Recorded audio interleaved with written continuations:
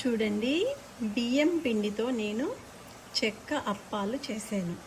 ముందుగా 2 గ్లాసులు బియ్యం పిండి తీసుకున్నాను.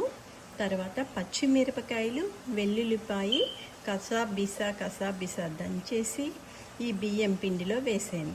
వేసాక గోరువెచ్చని నీళ్ళు తీసుకొని ఒక బటర్ స్లైస్ తీసుకొని ఆ బటర్ని ఆ బియ్యం పిండిలో వేసి శుభ్రంగా ఈ వేడి నీళ్ళతో ఈ పిండిని కలిపేసుకున్నాను. కలుపుకున్నాక కొంచెం జీలకర్ర కూడా వేసాను, కొంచెం ఇంగువ కూడా వేసాను. ఆ మొత్తం పిండి అంతా కలిపేసి ఒక పక్కకి ఒక 5 నిమిషాలు నానబెట్టి పక్కకు పెట్టుకున్నాను.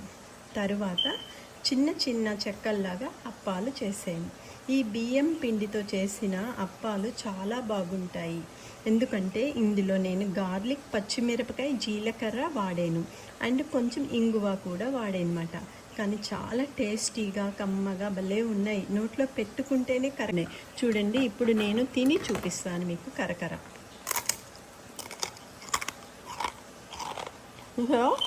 అంత బాగున్నాయో.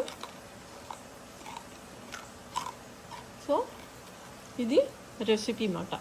వరిపిండి అంటే బియ్యం పిండితో చేసిన అప్పాలు చాలా చాలా బాగుంటుంది. ఒక అర్ధగంట క్రితము శనగపప్పు, మినప్పప్పు నానబెట్టి పెట్టుకోవాలన్నమాట. ఈ పిండి కలిపేటప్పుడు ఆ శనగపప్పు, మినప్పప్పు వేసి కలపాలి.